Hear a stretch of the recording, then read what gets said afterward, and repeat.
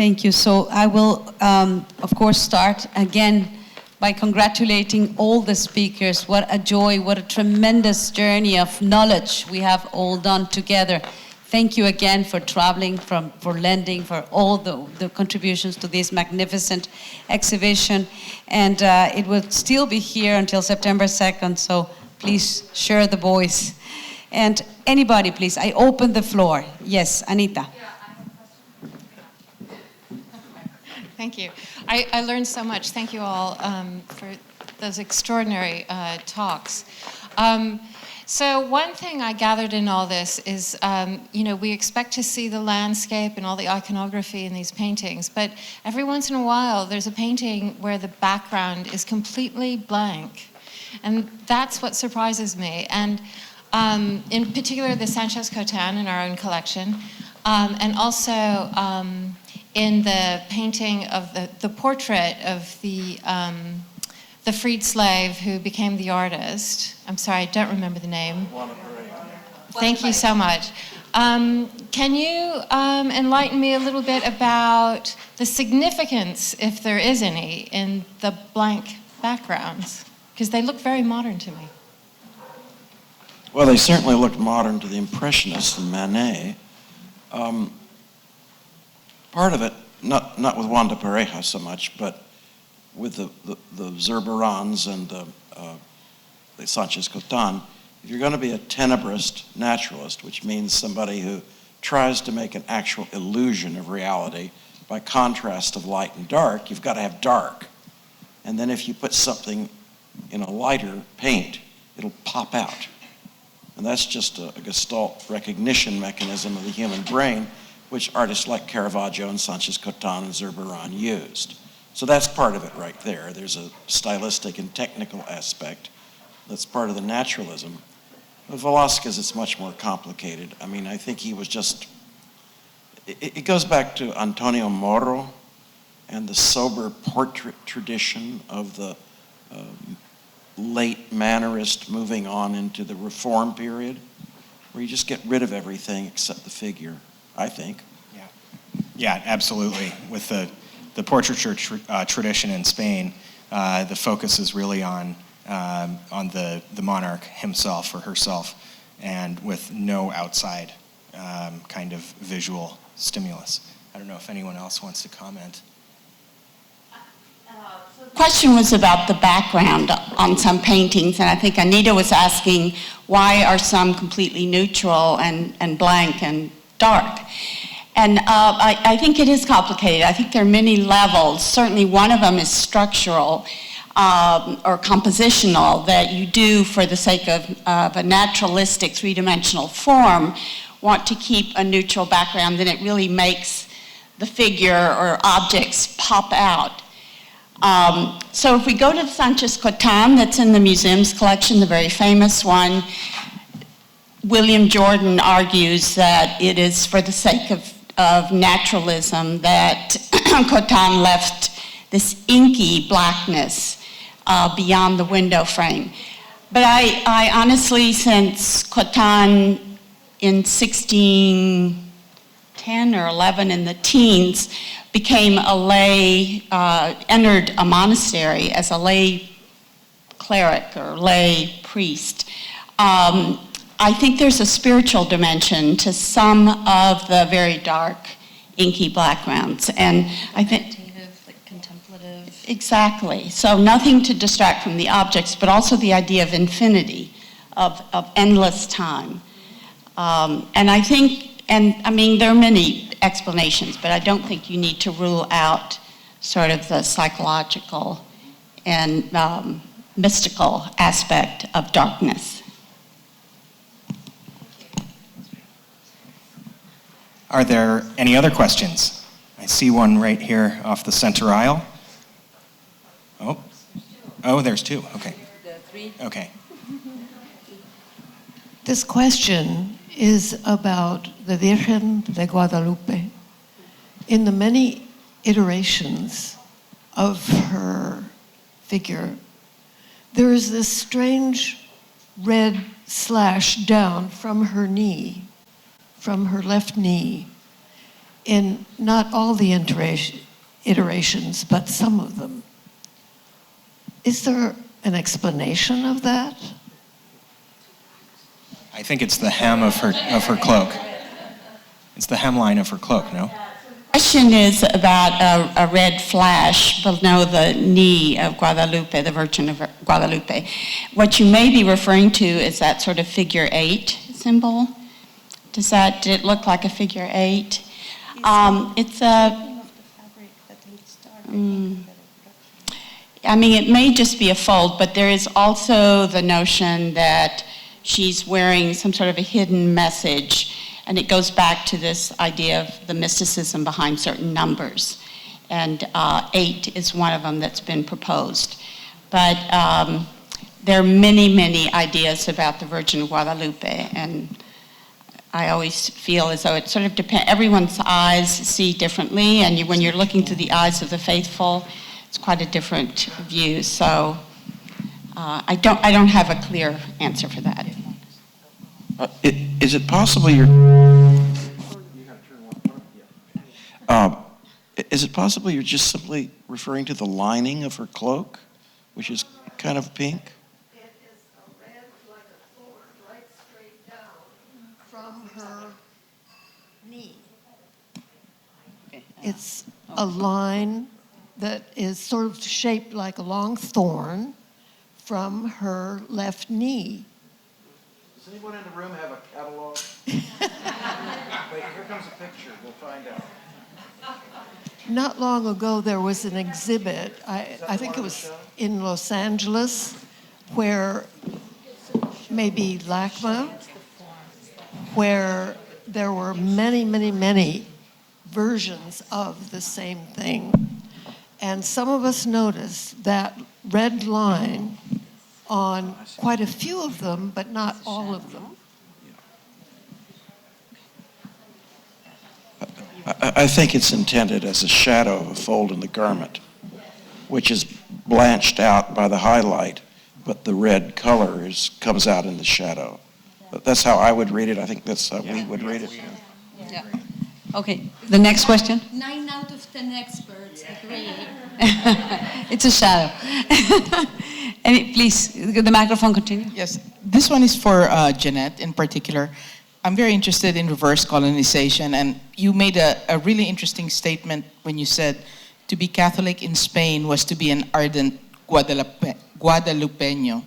Was there a hierarchy of images of apparitions in Spain versus the colonies, some being more authentic than others? And was this the first instance when the motherland acknowledged that perhaps Mary could also validly appear to the natives? That's a very interesting question, and it's also one that requires a very lengthy answer. And I'm wondering if the two of us shouldn't just sit down after this session. I'd be happy to discuss it with you. I'll just say that what is very interesting is that in the 18th century, the Mexican Virgin of Guadalupe returned to Spain, if you will. And so I sometimes refer to her as La Virgen de Ida y Vuelta, the round-trip virgin. She came and she went, she came, she conquered, and she returned. And Spaniards began to collect Mexican versions of the Virgin of Guadalupe. And you know, there is a Spanish Guadalupe. It goes back to the 13th century and was a very important Marian figure in the reconquest of Spain, and continued being one that was royally favored. And so there's a beautiful Monasterio de Guadalupe in Extremadura. I highly recommend a visit to it. It's really extraordinary. Okay, there. Just a quick question to, I'm sorry, were you going to? Oh, Sophia, just a very quickly, could you tell us where does the repatriation position or efforts stand as far as the Montezuma II's headdress to be returned back from Austria back to Mexico?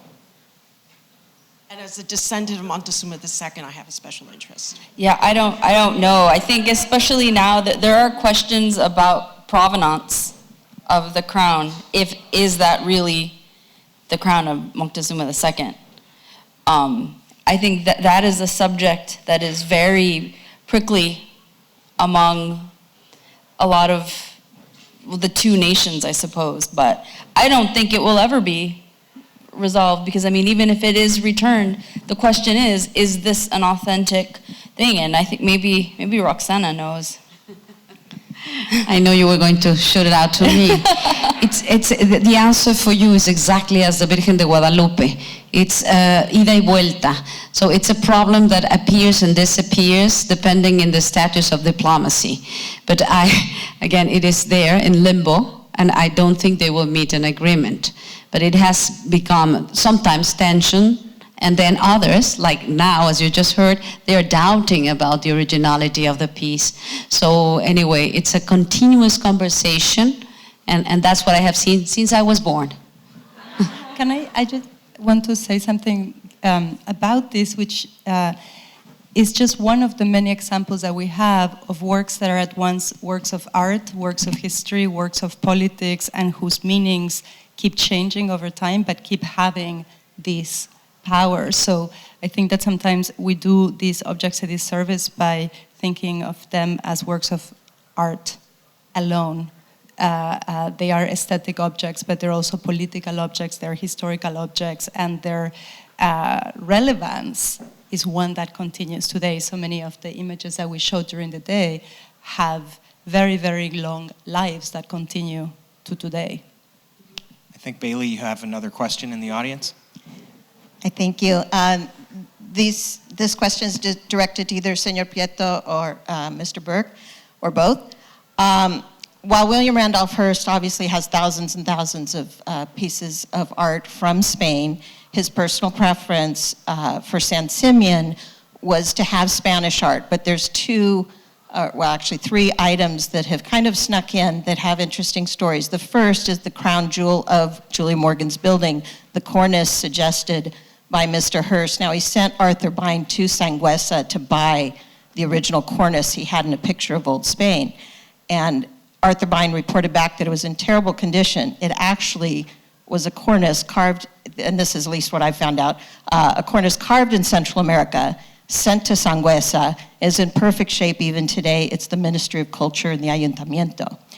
And my feeling is that Arthur Bine told a little white lie because he knew his client wouldn't be interested in putting a South American or Central American cornice on his house. So then a Swiss wood carver was hired to carve one, which I find just a fascinating, you talk about hybridization, I found it a fascinating circle. The second is that there's two tapestries in a little visited bedroom that are the armorial tapestries of the Viceroy of Peru, belonging, I believe, to his mother Phoebe Hearst, who had an extensive indigenous collection. They are woven out of indigenous wools and dyes, from what we know. And there's at least two, maybe more survivors. Maybe it was a series of 6 or more of these armorial tapestries that the Viceroy commissioned from the indigenous people. Most of the discussion today was on paintings. How rare was that cornice that supposedly was imported from Central America and those tapestries woven by indigenous people of Spanish armorial designs?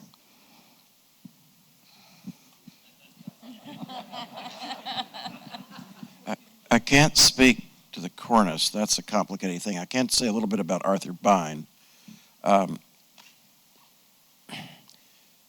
Not knowing the conservation history of the object between around 1910 or whenever Bine looked at it, and now I can't say what he was thinking. I think he also was thinking in terms of the difficulty of removing it from the structure.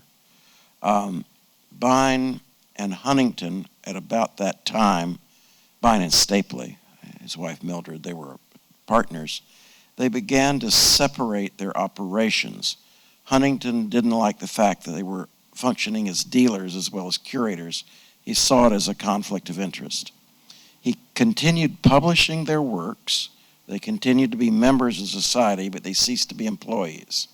And they set themselves up in an amazing house, which belongs to the American Embassy now in Madrid, that was just a museum of decorative arts. In fact, a lot of it has moved into the Decorative Arts Museum. But they've also were Julia Morgan's chief finders. not just for St. Simeon, but the whole mission style up and down the coast and everywhere else in the United States. I can't speak to that. Vine was capable of manipulating context, but I think probably as someone who had some training in architecture, he just didn't want to get into it. Now, with regard to the tapestries, they were very common. That they're South American of manufacture makes them a little less, but those armorial things were taken back to Spain, come back. We've got a pile of them. I'm now going to go back and ask our textile curator if he thinks any of them are Peruvian. It's a very interesting question about the wool and all that, but I can't imagine there was a really wealthy household in America that didn't have some kind of armorial hanging in it. It wasn't Spanish. A lot of them were Spanish because Spain was being mined for this, but there's also French, British, and so forth. It was part of the style of the age. So the fact that it was what's really unusual, what you said, is the Peruvian wool, whether it's got llama in it or alpaca or so. That's right. A very interesting question. The details are vague in our training. There's but not a lot of information. But the fact that it's a Hispanic armorial hanging. Right, it's the Viceroy Cabrera, so it has the goat. They come up every 3 months at auction, even today. Okay. So they're a very common object. Okay, thank you. All right, I think we have time for one more. Hi, I just wonder if you can speak a little bit about the Memento Mori, because I don't see in Mexican paintings a lot. I see it in Spanish paintings. I don't know if we just don't. Can you? Well, if you go into the exhibition and find the painting of Saint Jerome by Echave Bia, Mexican painter, you'll find the skull and other Memento Mori themes. It was throughout, really. In the Viceroyal, many still lives of Memento Mori. I mean, they're not here, of course, in this show, but you will find them in the corpus of paintings. Yes. About Memento Mori? About what is that? Well, in the book of Ecclesiastes, it starts out, vanitas vanitorum et omnia vanitas. Vanity of vanity is all is vanity, says the seer. It's simply a standard part of Christian devotion just from the get-go. Golgotha is the place of the skull. You've got all these monasteries with ossuariums full of skulls and all that. I think that's just built into the religion. And then, of course, at the end of October, first day of November in Mexico, the whole thing goes Day of the Skull, right? Exquisito pan de muerte, you know. So I don't really, I think that's an artifact of the selection of objects here. There was one more hand up out there. I think. This woman here has had her hand up. Okay, just, I think 2 or 3 more, yes. Is this on? Yes. Yeah, I just have a question. I just came back from southern Spain, actually, for just a quick 2-week trip. And I've been looking at authors that talk about the effect of the Moorish culture on Spain and to what extent it was integrated. And I realize this whole exhibit is about the post-Reconquista period. But is there anything having to do with either technology or aesthetics that carry forward? Because it seems like we've talked a lot about Spain and its colonies and how there was movement back and forth. But was there anything in this exhibit that you would say, oh, this is really the result of that Moorish period of time? There are objects of woodwork and ceramics that come out of traditionally Islamic manufacture, especially in Catalonia, but also in the final section of the exhibition. There's leather work. That's also a very important tradition in the Islamic art world at the time. But I would say woodwork, ceramics especially, and leather work. Thank you. Can you hear me? Okay. Thank you so much, everybody, for your participation today. I had a question for Neria and perhaps also Michael Brown about the Rubens Tapestry in the exhibition. And I just was really curious about this and also its installation in the show and how you maybe got agreement to hang it that way. I hadn't heard much about that. I was just curious. Okay, so I have almost an entire lecture on the installation of the tapestry, which I've done a half dozen times or so, which I wasn't going to do today because it's too long for the format. But no, it was a joy to experience the generosity of the national patrimony in Spain when they wrote to us to say that the conservation treatment was complete and the object could travel. In fact, they wanted it to travel and be a part of the show, to be reunited with our oil sketch by Rubens, from which it derives its design. It's a wool and silk tapestry that's almost 16 feet tall. Our gallery's only 15 feet tall. So the challenge was to using a mathematic equation that was completely beyond my comprehension. Our design team, Paul Bruin, came up with the perfect curvature of the cleat that was custom built with a lot of Velcro, which is how these things are hung in Madrid as well. Not necessarily in 1633, but in 2019, yes, Velcro. And you'll notice that it's about 2 inches off the ground. Well, it was designed to be 3 inches off the ground, but once you hang this type of object, they settle and stretch a little bit. And the conservator assured all of us that it wouldn't stretch much more than another half centimeter. So, that's a great question. I have the tapestries in the Descalzas Reales. Do they kind of hang on the floor? They have been displayed like that. They've also been displayed curved up at the top too.